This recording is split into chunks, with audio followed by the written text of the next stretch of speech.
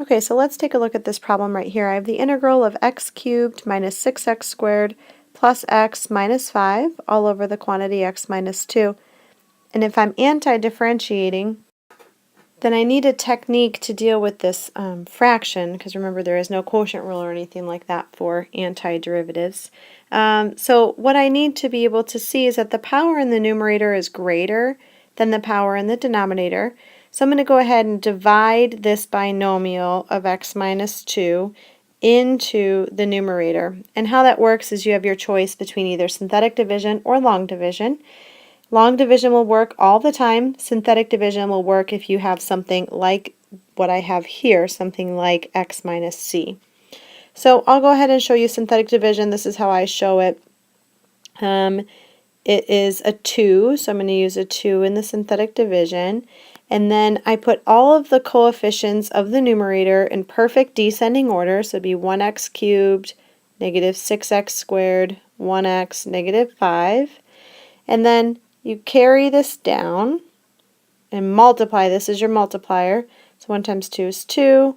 Add down, multiply, add down, multiply, add down.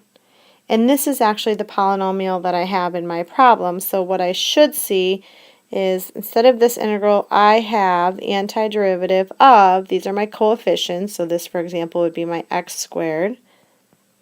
So minus 4x minus 7. And then I have leftover, this is my remainder. So I have minus antiderivative of 19 over x minus 2. And this is actually what I need to take the antiderivative of. So the first part is just polynomial. So I add 1 to the power, divide by that number. So this will become, when I simplify it, 2x squared minus 7x, because remember that was x to the 0. So when I add 1, it becomes 7x to the first.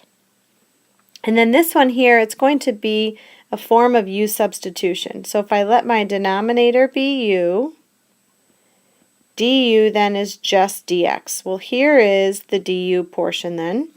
So what I will do is write the 19, so minus 19, in front of the integral. Okay, so that it's not in my way.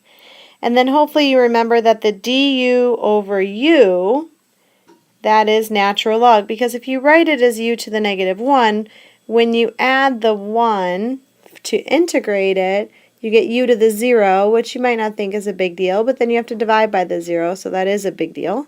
So that turns into my natural log.